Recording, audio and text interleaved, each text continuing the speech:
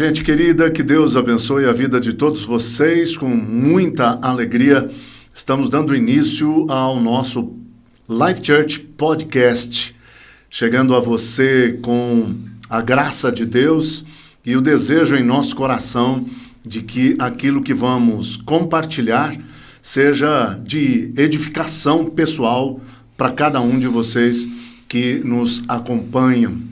Nós temos o objetivo de compartilhar vida e, para isso, nós queremos mergulhar nas Escrituras Sagradas com você, com todos aqueles que nos acompanham. O podcast da Life Church é, evidentemente, uma proposta e uma iniciativa da comunidade Life Church, que está estabelecida em São Caetano do Sul, na rua Visconde de Inhaúma, número 844, sobre a loja, no bairro Oswaldo Cruz, em São Caetano do Sul. Eu sou Davi Alves, vou estar com vocês com a expectativa de que aquilo que temos para entregar, para repartir, realmente ministre seu coração, sua vida, abençoando você no nome maravilhoso do Senhor Jesus Cristo. Daqui a pouco nós trazemos informações para a sua participação, que para nós é muitíssimo importante, mas antes disso eu quero apresentar quem comigo compartilha a mesa e trará as perguntas e desenvolverá comigo o bate-papo que nós queremos fazer chegar até você. Pastor Bosco está comigo, então que alegria, muito bem-vindo ao nosso primeiro episódio do Life Church Podcast. Sim, uma alegria enorme, né, poder iniciar esse projeto que, sem dúvida, vai alcançar muitas vidas, vai edificar o corpo de Cristo, em especial a nossa igreja. Amém. E queremos, sem dúvida, que isso cresça cada dia mais para que o Senhor seja glorificado. Muita expectativa. Amém. A expectativa altíssima. Nós tínhamos no coração o sonho de começar o projeto e estamos hoje aqui nos estúdios da Vox TV para fazer chegar a você o Life Church Podcast. Nosso primeiro episódio tem por base, por tema, a adoração. Um assunto que nós já repartimos, compartilhamos por muito tempo, não é? São mais de 2 décadas tratando do assunto, mergulhando nas Escrituras, esquadrinhando a palavra para aprendermos mais e mais, a fim de repartir conteúdo sumamente bíblico, absolutamente bíblico e edificante. Nós realizamos seminários ao longo da nossa história, da nossa jornada ministerial por todo o Brasil, fora do Brasil, seminários de adoração e também tivemos um instituto bíblico onde o tema, um dos módulos, na verdade 2 módulos eram voltados para adoração e somos responsáveis pela Santa Convocação, que é o maior período de adoração em unidade que a Igreja Brasileira e noutras nações desenvolve a partir daquilo que o Senhor nos confiou. A Santa Convocação acontece nos períodos de Carnaval e reúne igrejas para 120 horas de adoração consecutiva ao Senhor. Isso é extraordinário, é espetacular. Então, nós temos bagagem aí para repartir, não é, com aqueles que vão acompanhar o Life Church Podcast. Portanto, eu passo a bola para o pastor Bosco e vamos começar com as perguntas nessa expectativa, não é, de abençoar vidas. Vamos lá, um ponto só rápido antes para testificar de que o Santa Convocação foi e continua sendo uma bênção. Eu não sabia que ele havia sido criado por vocês, né? Que esse projeto veio dos céus aí para o coração de vocês. E eu, há muitos anos atrás, fiz parte de uma ação da igreja de onde eu era, durante o período, inclusive, de carnaval, de adoração constante. Então, hoje, para mim, é uma honra saber que esse projeto nasceu no seu coração e estar aqui para aprender um pouco mais. Fantástico. Mas vamos lá. Seja Deus. A gente tem algumas perguntas aqui, apóstolo. A gente vai tentar selecionar, dentre elas, as que acreditamos que serão aí bastante interessantes para que o senhor responda. Perfeito. A primeira delas, inclusive, a Vanessa, né, nossa integrante do Ministério de Louvor, foi quem nos encaminhou. Ela pergunta o seguinte, vamos lá. O que é mais importante, adoração ou adoradores? Uau, pergunta muito pontual e destaco sua importância, Vanessa. Muito bom, não é? Verdade. Isso evidentemente nos remete ao encontro de Jesus com a mulher samaritana no poço de Jacó, que no contexto do Segundo Testamento, chamado de Novo Testamento, é o texto mais profundo acerca de adoração, é a conversa mais, digamos, reveladora sobre o assunto que Jesus desenvolve com alguém no Novo Testamento, não é? E isso nos remete, então, ao Evangelho de Jesus Cristo, escrito pelo irmão João, capítulo 4, onde, para responder a pergunta da Vanessa, a gente vai para o verso 23, onde Jesus diz, olha, vem a hora, e já chegou, em que os adoradores adorarão o Pai em espírito e em verdade, porque são estes que o Pai procura para seus adoradores. Então, o que é mais importante, a adoração ou os adoradores? Com base na declaração de Jesus Cristo nesse texto, fica evidente que o Pai não está procurando adoração. Isso ele teria o tempo todo. Ele tem, não é? 24 horas por dia, 7 dias da semana, 4 semanas por mês, 12 meses por ano, se bem que o tempo lá é outro. De eternidade a eternidade. Da eternidade a eternidade, não é? Mas ele é adorado. Quando Isaías relata sua experiência de arrebatamento, no capítulo 9 do seu livro, capítulo 6, ele vai dizer que vê o Senhor sobre o trono, anjos, arcanjos, querubins, na verdade ele define serafins, estão ao redor do trono, proclamando a santidade do Senhor, não é? Adorando o Deus que é santo. Então, quando vamos ao Apocalipse, capítulo 4, João também tem uma experiência de arrebatamento e o apóstolo ali descreve que vê o Senhor no trono, vê os 24 anciãos ao redor do trono ou diante do trono, vê os 4 seres viventes também na presença do Senhor que está sobre o trono, e tudo ali e todos ali estão em adoração. Então, Deus tem adoração. Deus não precisa da nossa adoração. Se eu adorar a Deus, Ele será Deus. Se eu não adorar a Deus, Ele será Deus. Ele continua sendo Deus. Portanto, a nossa adoração na verdade, o propósito da nossa existência. Mas o que o Pai procura não é o que nós temos a oferecer, e sim o que nós somos. Não é? O que eu faço é secundário, o que eu sou é primário. Não é? Então, de acordo com Efésios capítulo 1, versos 6 e 12, nós fomos criados para o louvor da glória de Deus. Isso significa que nós nascemos para a adoração. Nós fomos gerados para ser adoradores. Então, ser adorador é primário. Adorar é secundário. Primeiro é o ser, depois o fazer. Lamentavelmente, a igreja inverte muito isso, né? Sim, é impossível não pensar, né? Cristãos ao redor do mundo todo invertem os polos, não é? E focam muito mais no que nós podemos oferecer a Deus do que no que Deus espera que a gente seja. Uma produção, né? Na verdade. A religião é assim, não é? A religião diz, por exemplo, isso já é bastante conhecido, a religião diz que eu devo fazer algo para Deus me amar, não é? Mas o cristianismo e as Sagradas Escrituras mostram o inverso, não é? Eu devo ser o que Deus quer que eu seja, porque Ele já me ama com o seu amor em plenitude. Então, o ser vem primeiro do que o fazer. A adoração é secundária, ser adorador é primário. O Pai não está buscando adoração, o Pai está buscando adoradores. Então, Deus não está tão interessado no que nós temos para oferecer, quanto está interessado no que nós devemos ser. Ser adoradores é primário. Adorar é secundário, é a consequência. Incrível, incrível. Né? Olha aí, Vanessa, que privilégio, né, que nós temos então.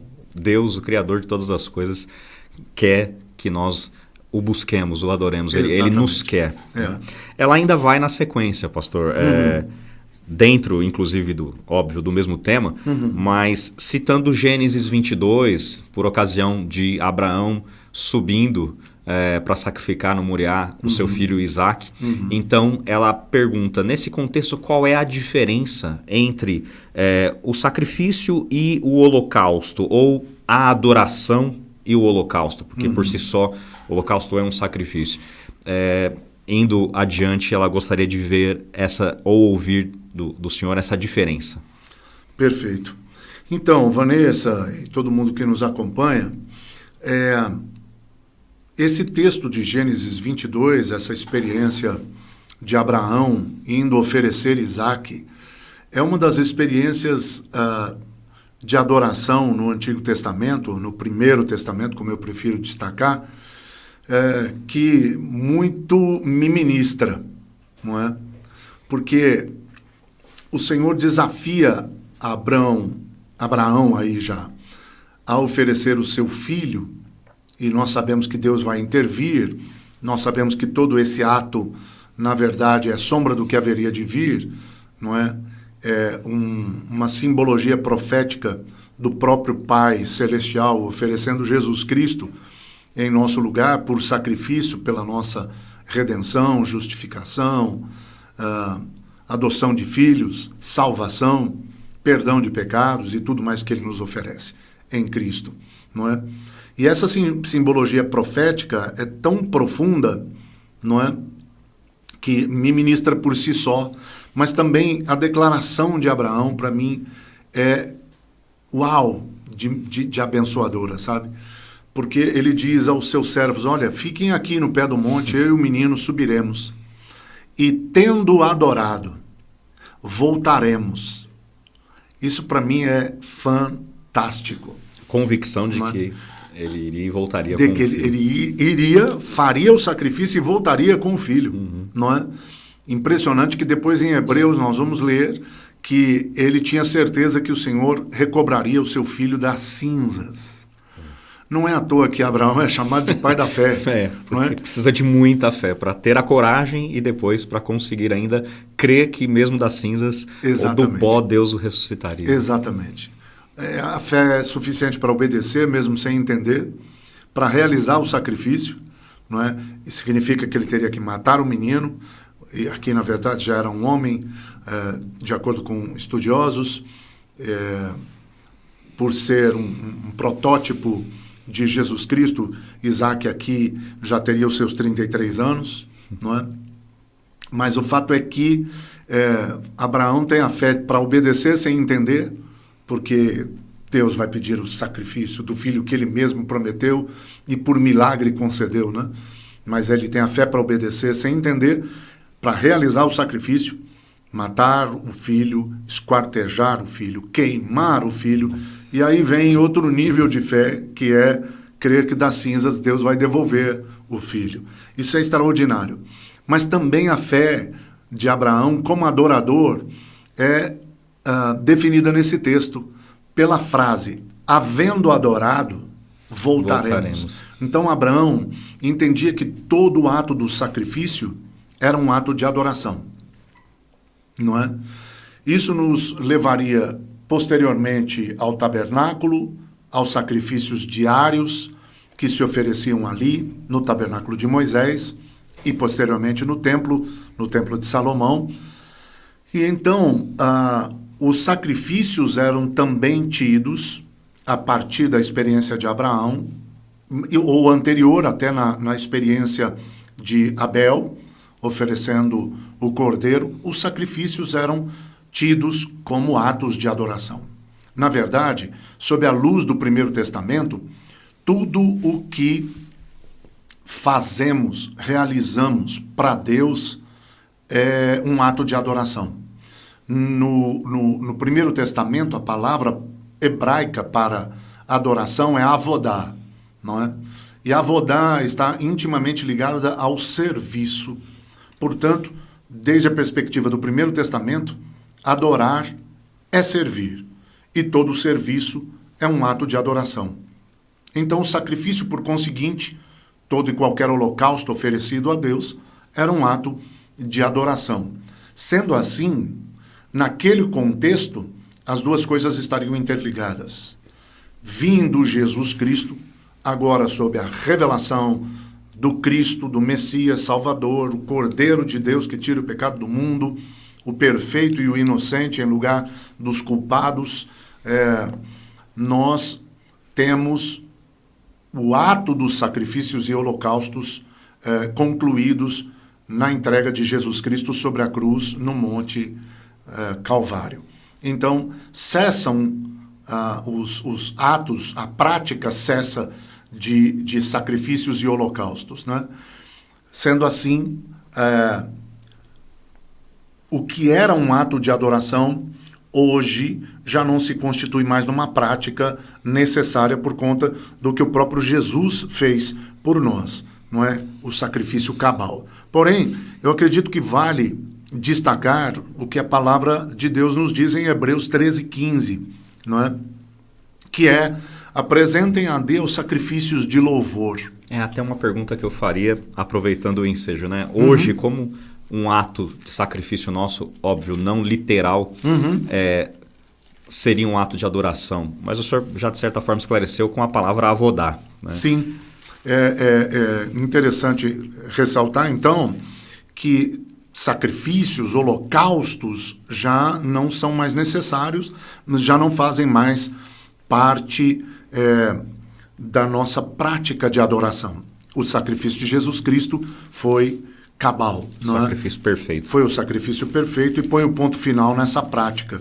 Mas, destacando o entendimento de que adoração é serviço e serviço é adoração, sob esse texto de Hebreus 13, verso 15, que diz especificamente, por meio de Jesus, ofereçamos, pois, a Deus sempre sacrifício de louvor, que é o fruto de lábios que confessam o seu nome.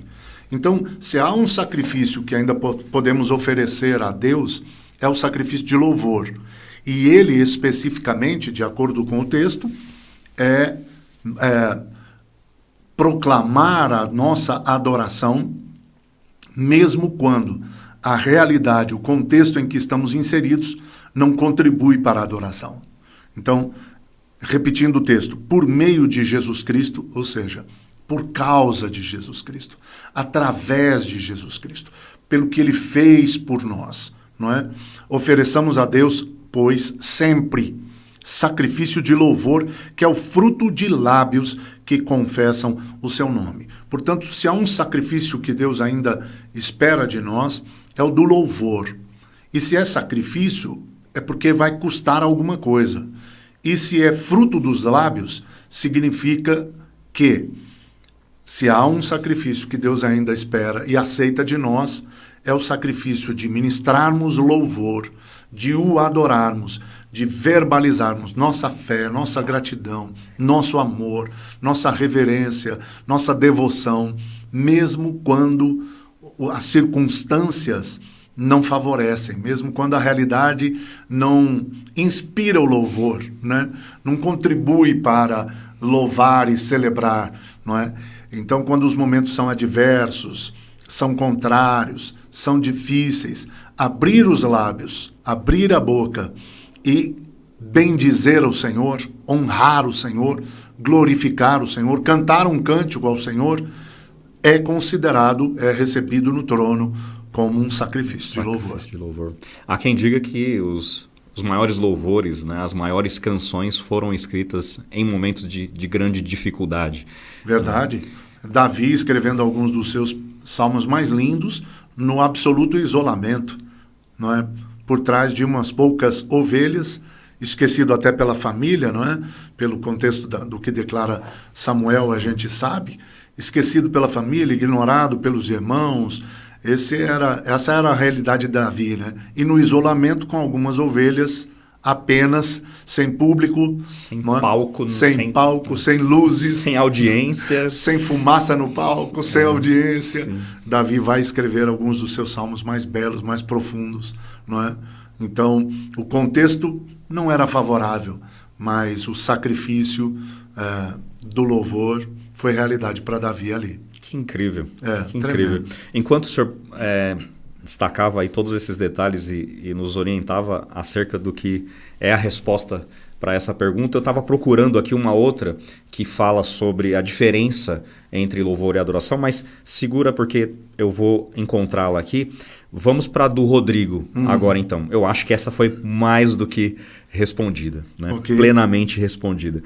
O Rodrigo, né, pergunta o seguinte: quais as principais atitudes que caracterizam a adoração a Cristo, a Jesus?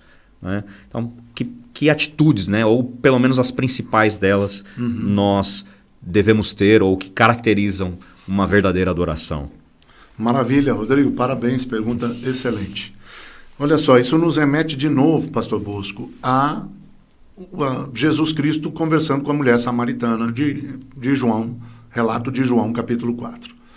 No verso 23, Jesus vai dizer para a mulher samaritana que o Pai procura, não é? Novamente esse texto aparece, adoradores que o adorem em espírito e em verdade.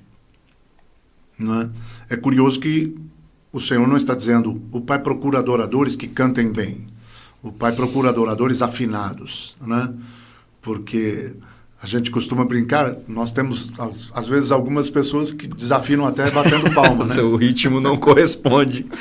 A gente brinca, inclusive, que são os irmãos Jerry. Eles estão sempre fugindo do tom. Né? Entendi. Para quem assistia Tom e Jerry, pode fazer sentido.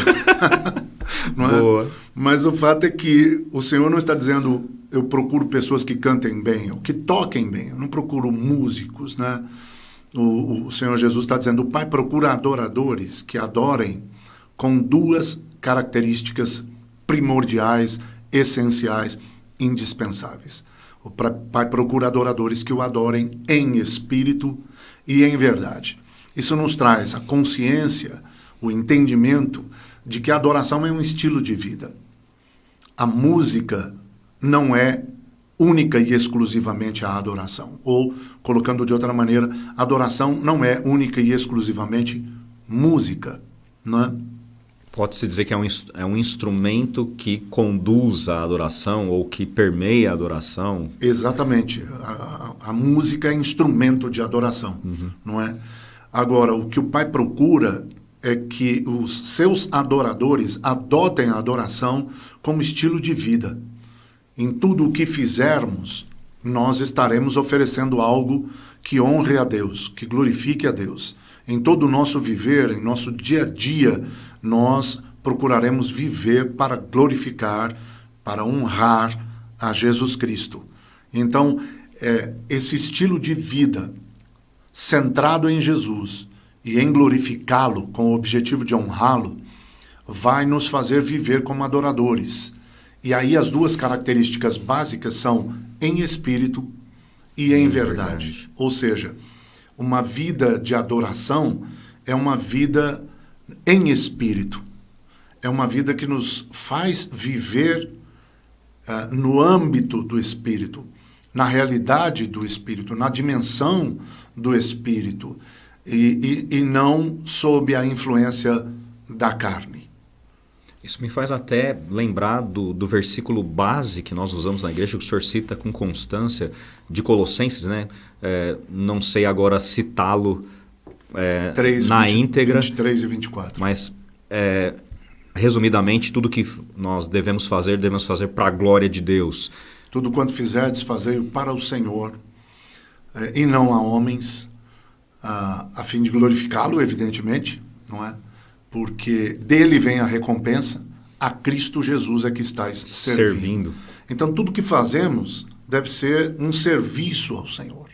Toda a nossa vida é para servir a Deus. É avodá, é serviço, é adoração. E isso deve ser motivado pelo Espírito. Isso deve ser guiado pelo Espírito. Isso deve ser pautado pelo Espírito e não pela carne, não é? Então, eu não posso adorar sob a influência carnal, não é?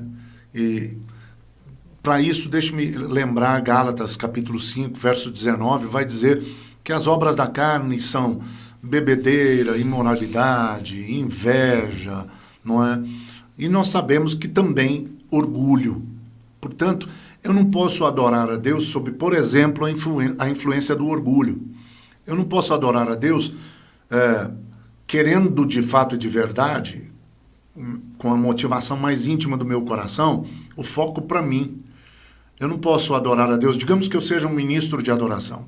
Eu não posso estar diante da igreja com o meu instrumento ou com a minha voz, guiando o povo de Deus em adoração com a motivação secreta de ser admirado, de ser aceito, de ser honrado, de ser respeitado pelos irmãos da minha congregação. Ou seja, a motivação aí seria carnal e essa adoração está completamente oposta ao que Deus espera de nós. O que Ele espera é que o adoremos em espírito, que a influência do que fazemos, do que oferecemos, da maneira como vivemos para servir e honrar ao Senhor, seja espiritual. E seja, em segundo lugar, em verdade. Então, aqui mais uma vez, as obras da carne não podem fazer parte, mentira é uma delas, sim, não é? Sim. É interessante que, por vezes, nós, no contexto de igreja evangélica, batemos muito em pecados gritantes, que a gente às vezes chama de pecadões, e esquecemos das raposinhas, né? Tem pecados não mencionados, e um deles é, por exemplo, o narcisismo. Praticamente, né? Querer ser adorado. O querer ser adorado, que é produto ou fruto da influência luciferiana. Sim, que era isso o objetivo, né? Dentre alguns, um dos era esse. O desejo maior de Lúcifer era receber a adoração. Ele era o anjo ministro de adoração, aquele que guiava, conduzia a adoração celestial, devia, portanto, oferecer, entregar a adoração a Deus, mas ele achou aquilo tão fantástico que ele queria para si, não é?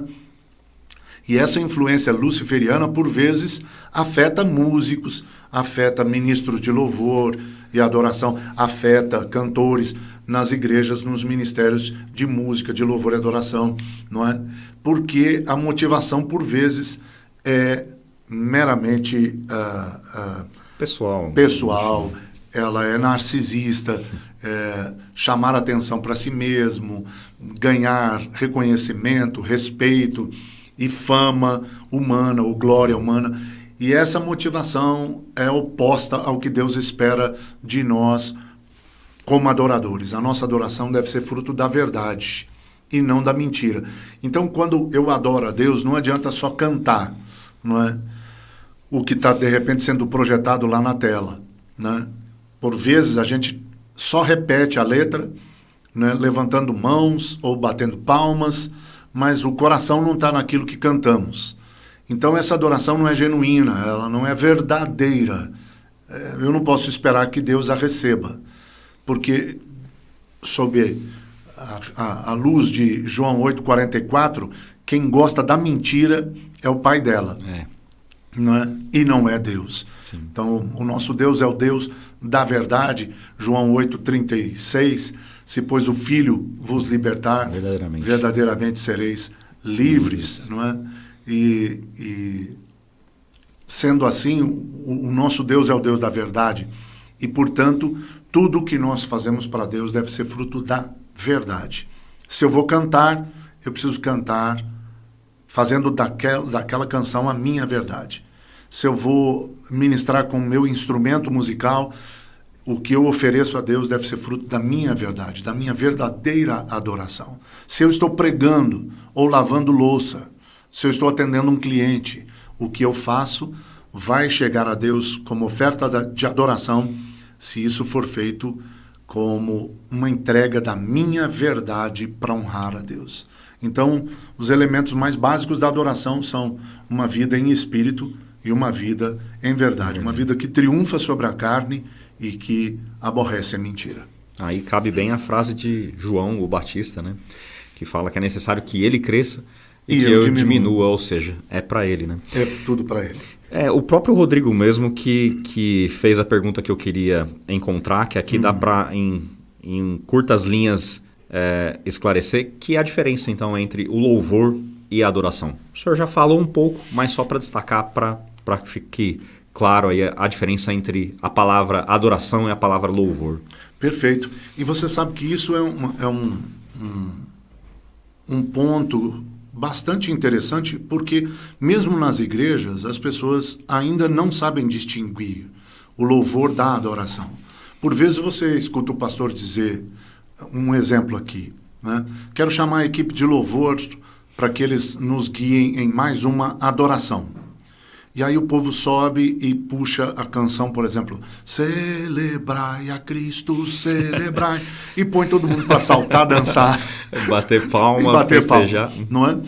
Então, o pastor tinha pedido uma canção de adoração e a equipe foi lá e guiou a igreja em uma canção de celebração, de louvor. Sim.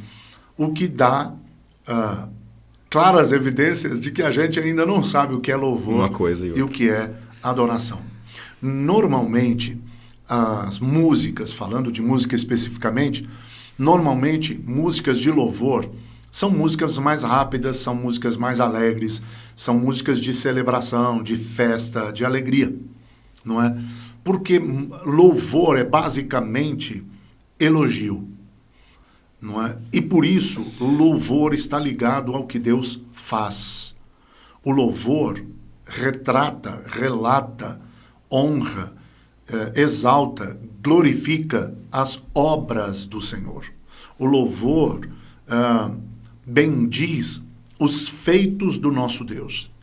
Então, louvar é elogiar o que Deus faz, não é? Então, as músicas terminam sendo mais alegres, mais soltas, mais vivas, mais fortes, mais intensas, não é? Adoração é reconhecer o que Deus é. Enquanto o louvor se concentra no que Deus faz, a adoração se concentra no que Deus é. Então, adorar tem a ver com bendizer, exaltar, reconhecer, glorificar, honrar o caráter de Deus. Os atributos. Os atributos de Deus, exatamente. Então, eu posso louvar dizendo, grandes são as suas obras, Senhor Deus Todo-Poderoso. Tremendos são os seus feitos, não é? Deveras maravilhosos. Louvor. Isso é louvor, não é? Agora, quando eu digo, Tu és santo, ó Senhor, Deus Todo-Poderoso, que era, que é e que há de vir, eu estou reconhecendo seus atributos, santidade, poder, ou autoridade, eternidade. Então, aí estou adorando, porque o foco são os atributos, é o caráter de Deus. Ótimo, ótimo. Aí, Rodrigo, acho que ficou mais do que claro, né? Vamos para a próxima. Uhum. Agora é o Robinho. O pessoal aqui do Ministério de Louvor, hein, pastor? Maravilha. Robinho, querido lá da nossa igreja. Ele pergunta o seguinte, qualquer adoração é capaz ou pode transformar uma pessoa que está, de repente, emocionalmente destruída, depressiva, ou o louvor ou a adoração pode, de certa forma, ao menos ajudar essa pessoa, né, em relação a Deus, enfim, a aproximá-la? Pelo que eu entendo, eu acredito que a pergunta tem a ver com isso. Essa é uma pergunta muito boa, Robson. Parabéns, obrigado por ela. Isso vai nos levar ao Salmo 115, não é? Nos primeiros versos. O salmista ali trata da questão da idolatria e ele aborda a questão dos ídolos adotados por quem quer que seja, enfim, não é? E ele vai discorrer sobre o assunto dizendo que o ídolo por si só não pode socorrer, tem mãos, mas não pode estendê-las. O ídolo por si só não pode salvar, tem pés, mas não pode vir ao encontro de quem dele precisa ou quem o invoca. Ele vai dizer que o ídolo tem boca, mas não fala. Né? Então não pode aconselhar, não pode instruir. Não é? Porém, quando chega no verso 8, ele diz algo impactante. Ele diz, tornem-se semelhantes a eles, aos ídolos, sem vida, aqueles que os adoram. Não é? Vazios. Vazios. E a frase não é só chocante por si só, como também carrega em si mesma um princípio, que é o seguinte: você se torna semelhante àquilo que você adora. Uau! Não é? Os ídolos são vazios, os ídolos são sem vida, tornem-se semelhantes a eles, aqueles que os adoram. Vão ter uma vida vazia, sem propósito, infeliz, não é? Sem frutos, não é? Sem significado, sem profundidade, uma subvida, não é? Mas aí a frase torna-se mais contundente com a revelação do princípio que ela carrega. Tornem-se semelhantes a eles, aqueles que os adoram.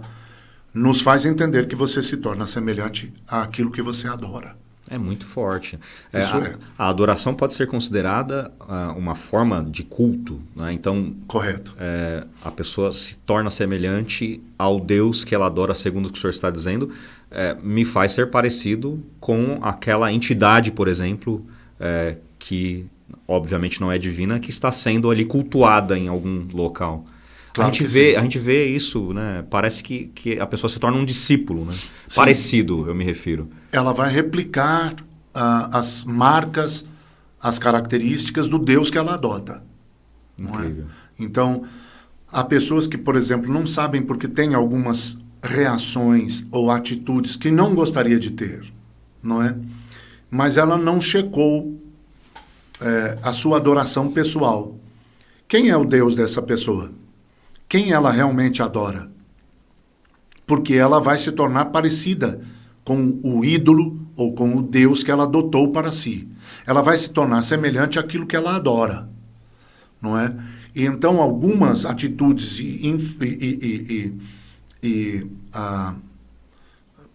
pensamentos, sentimentos que a pessoa não consegue por vezes identificar a origem, estão, de fato, com suas raízes na adoração que ela presta a um determinado ídolo ou a um determinado Deus. Ela está sendo influenciada, ela está recebendo as marcas, as características do Deus que ela adora, e ela está replicando isso no seu dia a dia, sem, por vezes, nem ao menos se dar conta, não é? Exemplo, uma pessoa que ama a violência. De onde nasceu esse amor? Onde nasceu esse amor? De onde procede, né, essa paixão pela violência? Esse ímpeto pela violência?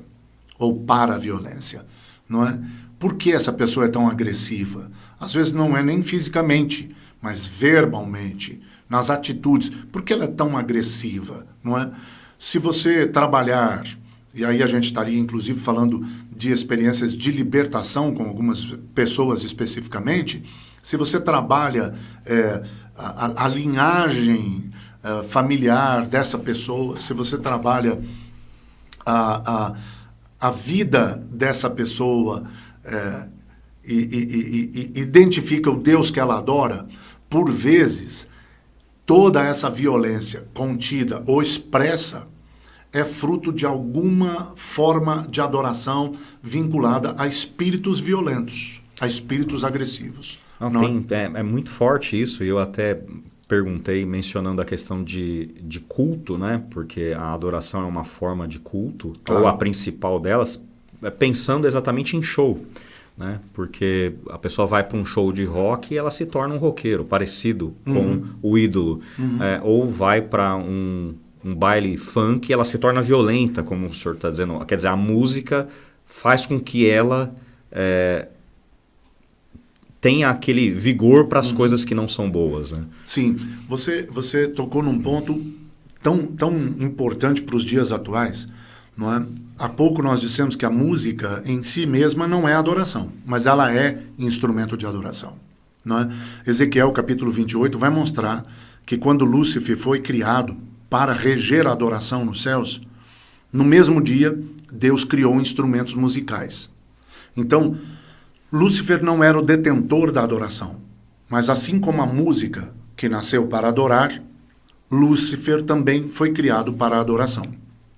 Bem, essa intimidade com a música, ou seja, ele nasceu no mesmo dia que os instrumentos musicais, né? Essa intimidade com a música faz com que Lúcifer, hoje Satanás, saiba utilizar a música, não é? Para afetar o ser humano, para influenciar contextos, situações, realidades, atmosferas, muito mais do que nós como cristãos, não é? No campo da música. E é interessante que hoje Lúcifer já não está mais escondendo a maneira como ele usa a música para influenciar. A coisa está escancarada. Os shows estão fazendo atos de ocultismo, não é? Que já não é ocultismo, que agora está exposto. Insinuante, assim, claro. Claro, os shows e os artistas fazem invocações no palco, não é? E a música é o pano de fundo, ou é o elemento de influência, não é? É o canal do fluir para tudo isso, não é?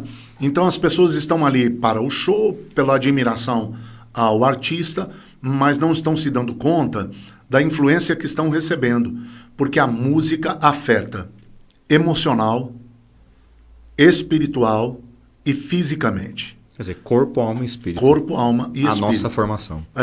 Nós temos testemunhos de pessoas, por exemplo, que estavam em coma, mas quando eram colocadas músicas na UTI, né, com as quais a pessoa se identificava, músicas de louvor e adoração, por exemplo, ela tinha reações positivas, de melhoras incontestáveis. A música estava afetando essa pessoa mesmo num estado inconsciente. Extraordinário. Veja o poder da música, não é? E é impressionante que biológica e cientificamente também se comprova o poder e a influência da música, não é? As pessoas não sabem, mas há um nervo, não é? Que a gente pode chamar de, inclusive, canal interno em todos nós seres humanos, que vai do nosso tímpano, dos ouvidos, até os intestinos.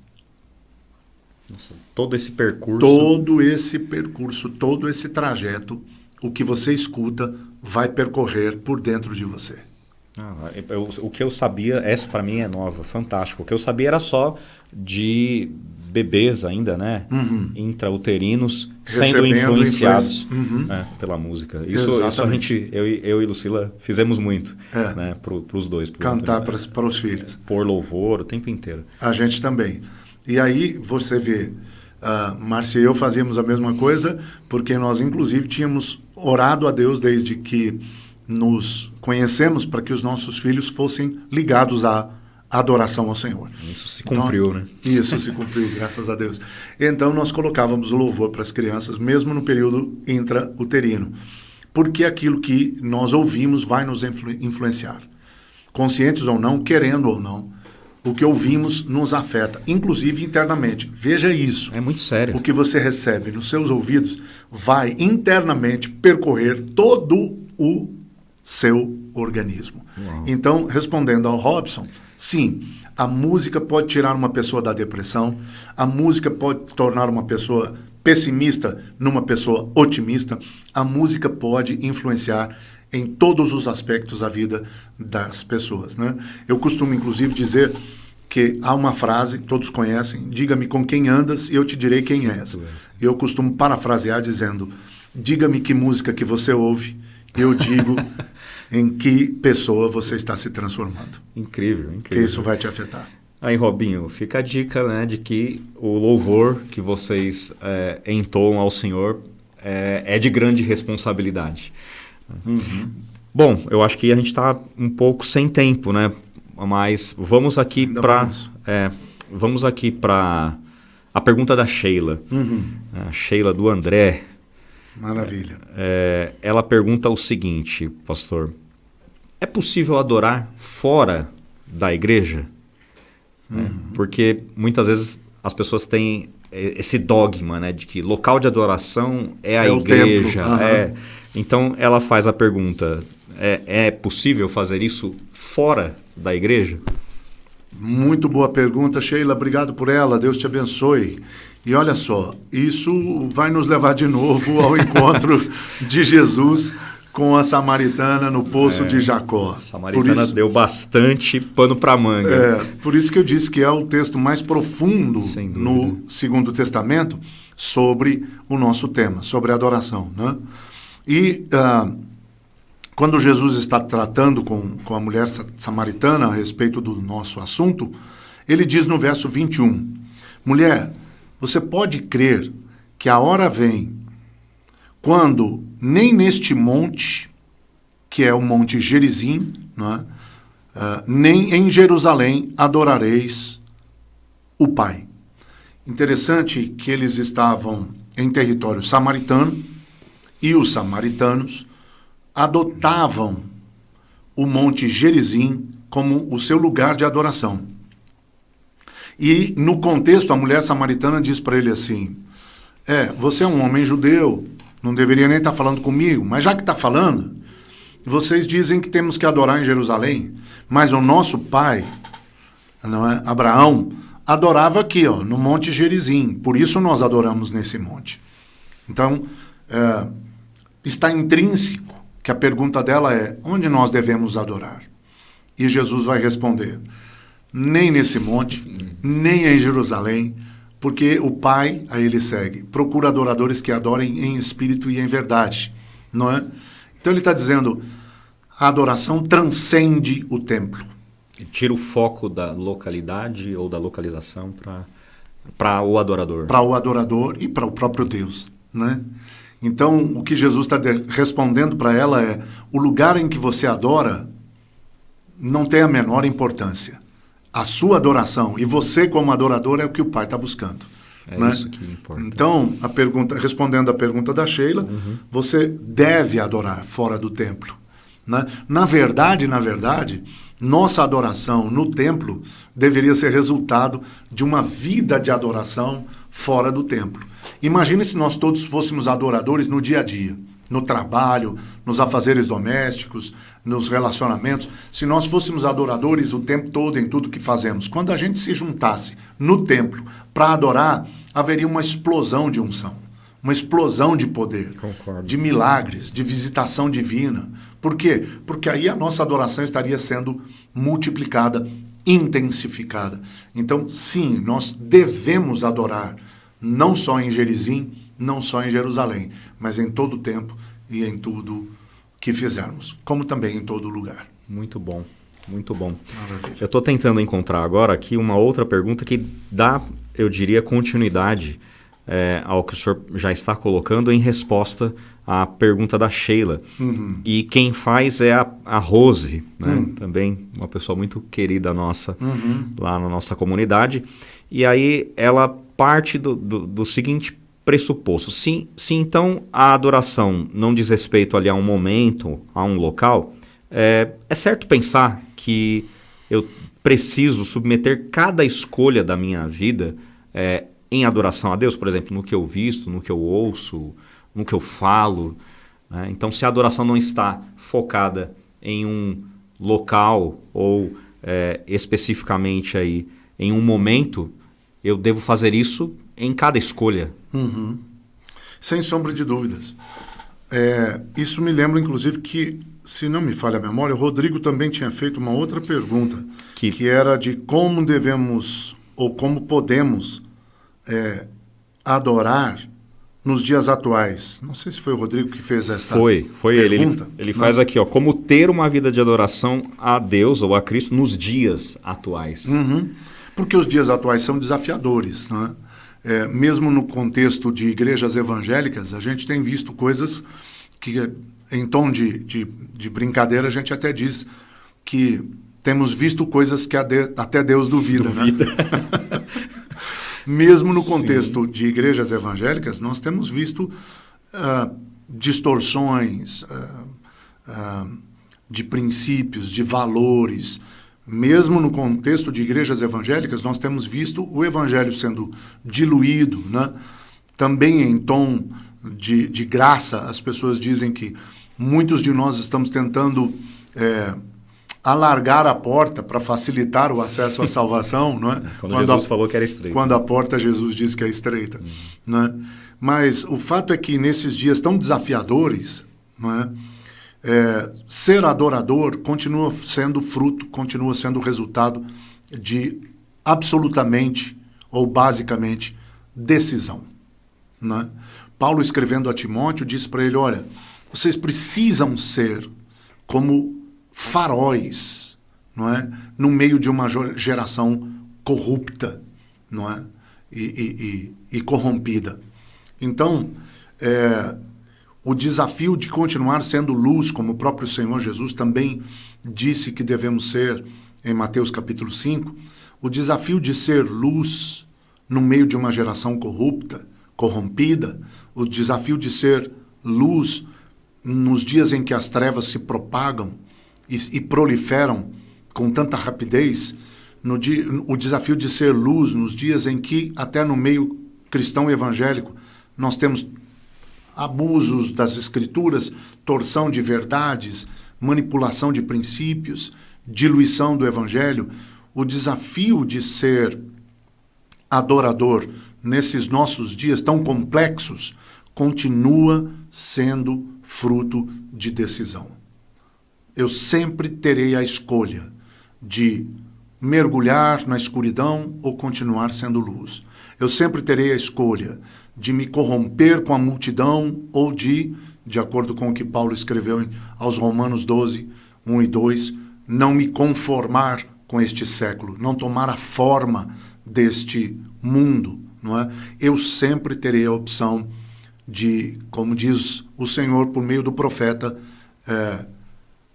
escolher entre a vida e a morte. A bênção e a maldição. A bênção e a maldição. Portanto, como ser adorador nos nossos dias atuais? Escolhendo não me corromper, escolhendo não me sujeitar às trevas, às suas propostas, escolhendo não sentar na mesa da Babilônia, escolhendo me santificar, escolhendo ser separado para Deus, escolhendo não me deixar roubar, não me deixar dominar por nada, nem por coisa alguma do presente século, das trevas ou da minha própria alma. Eu preciso continuar decidindo por uma vida centrada em Jesus Cristo, baseada nas Escrituras Sagradas, nos seus ensinos, verdades e princípios. Eu preciso continuar decidindo por uma vida que glorifique a Jesus, que replique o caráter, a imagem e semelhança do Cristo. Eu preciso continuar decidindo por vida no Espírito, e isso fortalecerá a vitória do meu Espírito sobre a minha carne, para que eu viva como adorador, não é? Então, como ser adorador nesses nossos dias atuais? Decidindo ser, lutando para me manter, não é, no padrão de quem adora a Deus em espírito e em verdade, ou seja, com a vida toda, né? E aí, respondendo finalmente então a Rose, essa decisão eu preciso levar para tudo que me envolve. Eu decido ser de Cristo, eu decido não me corromper, eu decido não ser influenciado pelas trevas, pelo presente século, eu decido ser luz, eu decido vencer a carne, eu decido me manter como adorador. Portanto, eu preciso decidir o que eu vou vestir, não é? No meu dia a dia, e até na igreja, não é? Ou num casamento, não é? Ou no meu trabalho. Eu preciso decidir o que eu vou vestir de maneira que isso glorifique a Deus. Eu preciso decidir o que eu vou falar, não é? De maneira que isso glorifique a Deus. Eu preciso decidir o que eu ouço para que isso não afete todo o meu interior, não é? Negativamente, mas influencie para que eu seja adorador. Eu preciso decidir por aquilo que eu assisto, por aquilo que eu vejo, as séries, os filmes, os programas de TV, os filmes no cinema, que eu vou ver, de maneira que isso não me roube a minha adoração pessoal. Eu preciso realmente decidir para que tudo na minha vida contribua com uma vida em espírito e em verdade. Uma vida de adoração, uma vida que glorifique a Deus. Fantástico. Fantástico. Olha, pastor, tem mais perguntas aqui. Eu gostaria de só enfatizar uma que aí, de repente, pode se tornar uma pergunta minha, mas pode ser breve, que também foi dentro do nosso contexto de ministrações que o senhor fez, que a adoração, e isso tem servido muito para mim, ela é um instrumento de batalha.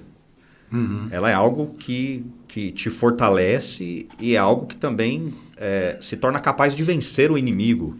Né? Então, só para borrifar um pouco sobre esse assunto, comente aí para que todos possam, pelo menos quem não estava na igreja em sua ministração, possam ouvir um pouco sobre isso, com a adoração como um instrumento de batalha. Estamos concluindo aqui, né? Mas você aborda um dos temas, uma das vertentes da adoração que requereria, inclusive, outro podcast. É praticamente um seminário. Isso. Porque, na verdade, de suma importância saber que influências estão por trás da música que ouvimos ou que cantamos, não é? Porque a música, assim como a palavra, tem poder criativo, não é? Deus criou todas as coisas pelo poder da palavra. Mas Jó faz uma declaração fantástica no seu livro dizendo que o Senhor, inclusive, pergunta para Jó: onde estava você? Você quer discutir comigo, Jó? É verdade? É sério isso? Você quer discutir comigo? Bem assim. Então, para começar, me diga onde você estava quando eu criava o universo, enquanto as estrelas da alva cantavam. O que Deus está dizendo para Jó? As estrelas da alva aí são anjos, arcanjos, querubins e serafins, não é? Os que ministram ao amanhecer. Então Deus está dizendo, enquanto eu criava, a fonte inspiradora era adoração. A adoração tem poder criativo. A adoração influencia na criatividade, não é? E por conta disso, Satanás não faz quase nada sem alguma plataforma de adoração por trás. Porque ele sabe do poder que a música tem, que a adoração faz. Veja, voltando ao Salmo 115, tornem-se semelhantes a eles os que os adoram, você se torna semelhante ao que você adora. A música, não é? A adoração vai transformar seu caráter, vai moldar seu temperamento, sua vida. Portanto, a música é um instrumento de guerra, não é? Pela música, o diabo conquista corações, mentes, almas, vidas. Pela música, o Senhor, sob a música, pela palavra, criou todas as coisas.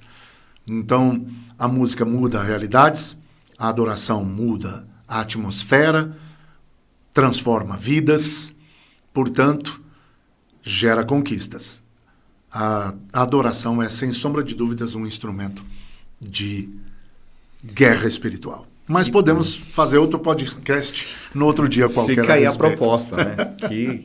Que podcast fantástico, né? Eu devolvo aí para o senhor. Sim, temos que concluir. Eu só quero aqui deixar para você que nos acompanha, que vai ver esse nosso primeiro episódio do Life Church Podcast, o nosso telefone, porque você pode entrar em contato conosco por WhatsApp e fazer, inclusive, suas perguntas para as próximas edições. Anote aí, o WhatsApp da Life Church é o 97-691-6908. Repetindo, 976-91-6908. Você pode fazer contato conosco pelo nosso WhatsApp da Life Church e, inclusive, mandar sugestões, comentários e perguntas para os próximos episódios. A gente vai terminar com uma oração. Eu peço ao pastor Bosco para que feche, não é? Deixando já para vocês nosso abraço. Nosso muito obrigado por nos acompanhar. Que Deus abençoe a todos, que o conteúdo tenha sido muito edificante para você. Sem dúvida. Oremos então. Santo Deus, eterno Pai, nós te louvamos, amém. Nós te adoramos, sim. Nós te agradecemos e engrandecemos por quem tu és e por todos os teus feitos. Amém. Te louvamos agora, ó Pai, por este conteúdo precioso que foi compartilhado conosco aqui neste primeiro podcast da Life, que possamos não ser apenas ouvintes, mas sim praticantes, ó Deus, de tudo aquilo que aprendemos aqui e que isso sim se torne um estilo de vida para amém. Nós, um hábito de engrandecer-te, adorar-te, servir-te, ó Pai, porque, como foi colocado, avodá, adorar também é servir ou é serviço. Então, te pedimos que o Senhor possa, pela pessoa do Teu Santo Espírito, ministrar nos corações, que haja a cada dia mais o desejo de te servir e de te adorar. Tudo isso para a honra e glória do Teu nome. Nós te pedimos e te agradecemos em nome do Teu Filho amado Jesus. Amém. E amém.